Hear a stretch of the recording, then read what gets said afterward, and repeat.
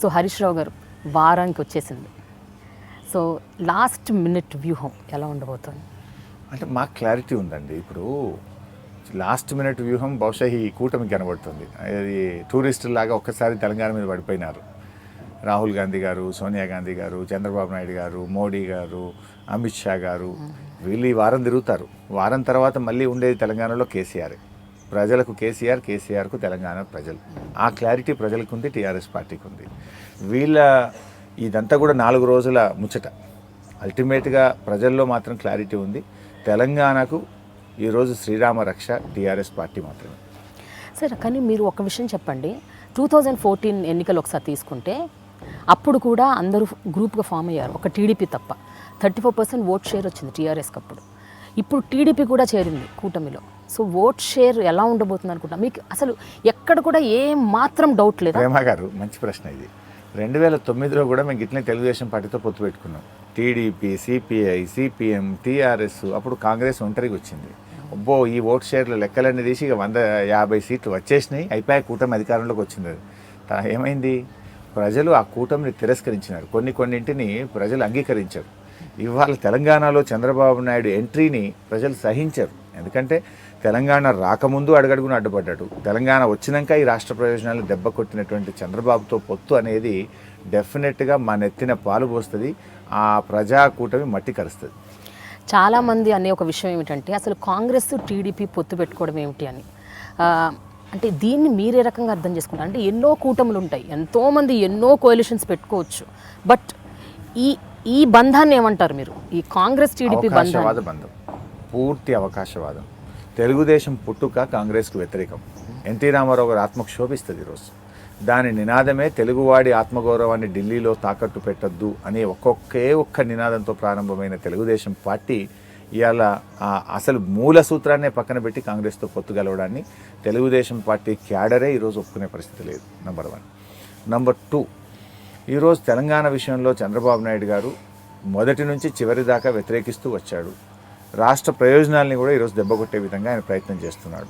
So Telangana ప్రజలకు ఇంత వ్యతిరేకంగా ఉన్నటువంటి చంద్రబాబు నాయుడుతో కాంగ్రెస్ కలవడం వల్ల మేము తెలంగాణ ఇచ్చాము అని ఏదైతే క్లెయిమ్ చేసుకుంటున్నారో అది టోటల్గా జీరో అయిపోయింది. ఆ తెలంగాణ అనే దానికి అసలు కాంగ్రెస్ పార్టీ క్లెయిమ్ చేసుకోలేని పరిస్థితి, క్లెయిమ్ చేసుకున్న ప్రజలు వినే పరిస్థితి లేకుండా పోయింది. అంటే బేసిక్గా ఇక్కడ ఏం కనబడుతుందంటే ఒంటరిగా మేము కేసీఆర్ గారితో ఫైట్ చేయలేము అని ఈరోజు తెలుగుదేశం పార్టీతో పొత్తు పెట్టుకున్నటువంటి పరిస్థితి కనబడతా ఉంది. బట్ ప్రజల్లో ఏమైపోయిందంటే ఇంకా అమ్మో ఈ చంద్రబాబు నాయుడు ఎంట్రీయా, ఇది రేపు డెఫినెట్గా ఈ రాష్ట్ర అస్తిత్వానికే ప్రమాదం అనేటువంటి ప్రజల్లో ఇవాళ తెలంగాణ ప్రజలు భావిస్తూ ఉన్నారు. ఎందుకంటే చంద్రబాబు నాయుడు గారు రాష్ట్ర ముఖ్యమంత్రిగా ఆంధ్రప్రదేశ్కు ప్రమాణ స్వీకారం చేసినాడు. తెలుగు ప్రజలను కలపగలిగే శక్తి తెలుగుదేశం పార్టీకే ఉంది అన్నాడు. కిరణ్ కుమార్ రెడ్డి గారు ఆయన బెర్లిన్ గోడలను బద్దలు కొట్టినట్టు 2 దేశాలే కలవగలిగినట్టు తెలంగాణ ఆంధ్రప్రదేశ్ను తిరిగి కలుపుతామని కిరణ్ కుమార్ రెడ్డి అన్నాడు. ఇప్పుడు ఆ ఇద్దరు ఒకటే. ఇవాళ కాంగ్రెస్ తెలుగుదేశం పార్టీ పొత్తు పెట్టుకున్నాయి. అంటే వీళ్ళు ఏం సంకేతం ఇవ్వన్నారు? మమ్మల్ని గెలిపిస్తే తిరిగి 1956లో ఉన్న తెలంగాణను తీసుకుపోయి ఆంధ్రప్రదేశ్లో కలిపి ఆ రోజు తెలంగాణ ప్రజలకు ఎట్లా అన్యాయం చేసినామో ఈరోజు కూడా అటువంటి ప్రమాద హెచ్చరికలు ఈరోజు తెలంగాణ ప్రజలకు కనబడతాము. కానీ హరీష్ రావు గారు, ఒక్క విషయం, ఇప్పుడు అందరూ కలిసి ఒక కూటమిగా ఫామ్ అయ్యి ఒక పార్టీ మీద సింగిల్ అటాక్ చేస్తారు. అదే మా బలం, అదే మా స్ట్రెంగ్త్. ఇది బలం అని నిజంగా అనుకుంటున్నారా? ప్రజలకు ఎలాంటి సంకేతాలు వెళ్తున్నాయి? ప్రజలు ఏమనుకుంటున్నారు? అందరూ కలిసి ఏకమయ్యి ఒక్క వ్యక్తిని అటాక్ చేస్తున్నారు, ఒక్క పార్టీని అటాక్ చేస్తున్నారు అనుకుంటారా? లేకపోతే ఏకం కావడంలో ప్రజలకు మేలు కనబడతలేదు, వాళ్ళ అవకాశవాదం కనబడుతుంది. ఇప్పుడు ఉదాహరణకు గద్దర్ గారు ఉన్నారు. తన కడుపులో బుల్లెట్ ఉందని చాలాసార్లు గద్దర్ గారు చెప్పారు. ఆ బుల్లెట్ దించిన చంద్రబాబు నాయుడు గారి కడుపులో తాను తలబెడితే ప్రజలు దాన్ని ఎట్లా అంగీకరిస్తారండి? కోదండరామ్ గారు పౌర హక్కుల నాయకుడిగా ఆయన సమాజానికి పరిచయం. ఆయన పౌర హక్కుల నాయకుడిగా ఉన్ననాడు కొన్ని పుంఖాలుగా పుస్తకాలు రాసినాడు చంద్రబాబు నాయుడు గారి మీద, ఉపన్యాసాలు ఇచ్చాడు. ఇవాళ బెల్లి లలిత గారిని ముక్కలుగా చంపింది ఎప్పుడు? విద్యుత్ బిల్లులు తగ్గించమని బషీర్బాగ్ చౌరస్తాకు వచ్చినప్పుడు రైతుల్ని కాల్చి చంపింది ఎవరు? ఈ రాష్ట్రంలో అత్యధిక ఎన్కౌంటర్లు చేసింది ఎవరు? అటువంటి వ్యక్తితోని ఇలా చట్టపట్టాలు వేసుకొని భుజాల మీద చేతులు వేసుకొని కోదండరామ్ గారు మాట్లాడితే తెలంగాణ సమాజం, పౌర హక్కుల సంఘాల నాయకులు దాన్ని సమర్థించగలుగుతారా? సో ఇట్లా వాళ్ళ కలయికలో పూర్తి అవకాశవాదం ఉండడం వల్ల ప్రజలు తిరస్కరిస్తారు. ఇప్పుడు కౌరవులు 100 మంది, పాండవులు 5గురే. మంది ఎందరన్నది కాదు, అందులో న్యాయం ఉందా ధర్మం ఉందా అన్నదే చాలా ముఖ్యం. ఇవాళ టీఆర్ఎస్ పార్టీలో కేసీఆర్ గారిలో ఆ ధర్మాన్ని ఆ న్యాయాన్ని ప్రజలు చూస్తారు. విశ్వసనీయత అనేది కేసీఆర్కు ఉన్నది. కేసీఆర్ చచ్చుడో తెలంగాణ వచ్చుడో అని ఒక మాట చెప్పి రాదనుకున్న తెలంగాణను తెచ్చి చూపింది టీఆర్ఎస్ పార్టీ.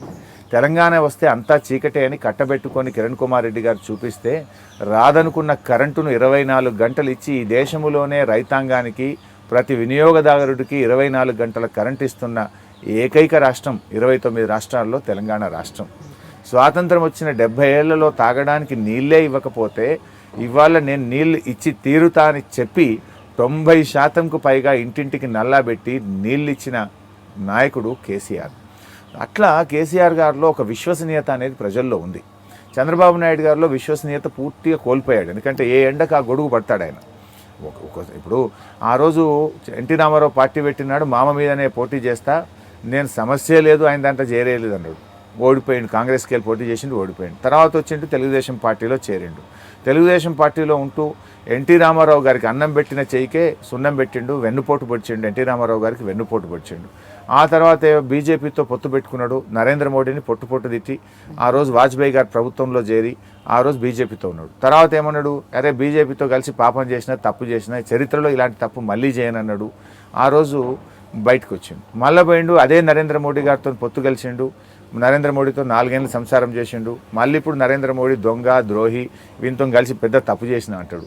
ఇవాళ మళ్ళా కాంగ్రెస్ పార్టీ జీవితాంతం కాంగ్రెస్ పార్టీనే తిడుతూ బతికిండు చంద్రబాబు నాయుడు. మళ్ళీ ఇప్పుడు ఆ కాంగ్రెస్ పార్టీతో పొత్తు కలిపిండు. ఎన్నిసార్లు మార్చిన పుట్టుకనేది కాంగ్రెస్లో స్టార్ట్ అయింది. తెలుగుదేశంలోకి వచ్చినావు, బీజేపీతో కలిసినావు, మళ్ళీ కాంగ్రెస్లోకి పోయినావు, మధ్యలో టీఆర్ఎస్తో కలిసినావు. అంటే ఏందన్నట్టు అవకాశవాదం అవసరం కోసం ఎంత స్థాయికైనా దిగజారుతాడు. అంటే అవకాశవాద నీచ రాజకీయాలకు ఈరోజు నెలుగుగా మారింది తెలుగుదేశం పార్టీ. మీరు చూస్తున్నారు ఐ డ్రీమ్ న్యూస్ని. మీరు చూస్తున్నది ఐ డ్రీమ్ న్యూస్. అంటే కళలని నిజం చేస్తూ ప్రజలకి నిజాలని కళల ద్వారా తీసుకొచ్చే ఐ డ్రీమ్కి మై బెస్ట్ విషెస్. మీరు చూస్తున్నది ఐ డ్రీమ్ న్యూస్. మీరు చూస్తున్నారు I dream channel. For more videos please subscribe I dream. మరిన్ని వీడియోల కోసం ఐ డ్రీమ్ని సబ్స్క్రైబ్ చేయండి. Please subscribe I dream. And I'm very much satisfied with the way interview went on. Kindly subscribe to I Dream. For more videos, subscribe to iDream. And loads of fun entertainment and content. Do watch iDream.